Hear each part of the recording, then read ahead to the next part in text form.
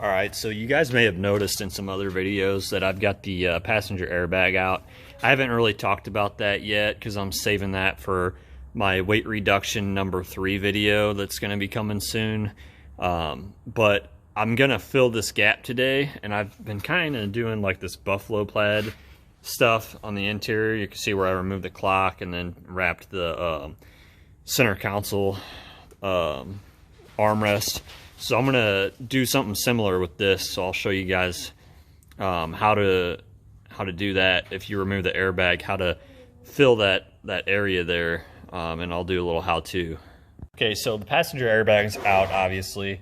What I'm gonna do is I'm gonna take this cover off here, this plastic cover, and I'm gonna cut along right here on both the bottom and top so that I just get this piece and don't get the whole airbag. Also, if you guys hear something in the background, it's my little helper I got today. That's Wyatt. Say hi, Wyatt. So we'll get started. All right, guys, so I got this front cover piece for the passenger airbag cut off. Pretty easy, it took like 5 seconds, literally. Just used a knife, cut the 2 slots here and here. On the back side, cut it right off there. So now I've got the buffalo plaid cloth, Gorilla spray adhesive that I'll spray on here and put the cloth to, and then I've got these Velcro strips that I'm gonna put on the back of this and then Velcro it in place inside the car. All right, so here we go. Got it wrapped up.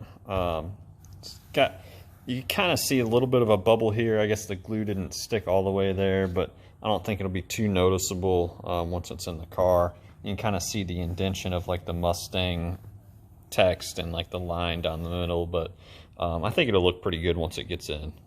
All right, so with those adhesive Velcro strips, I cut them. I cut 2 small squares. You can see one right here.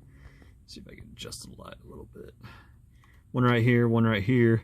And I put a longer one over here, and here's the top parts. So the backing of all these are sticky, pretty sticky.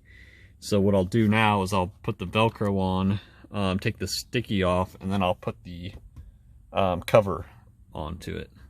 All right, guys, so there we have it, all finished up, got it in there. It's got a couple like little waves in it, but not bad. I mean, the clock thing has a couple waves in it too. I'm not like a fabric guru, so I knew it wasn't going to be perfect, but it definitely looks better than a big gaping hole. So just wanted to kind of show you guys the interior here.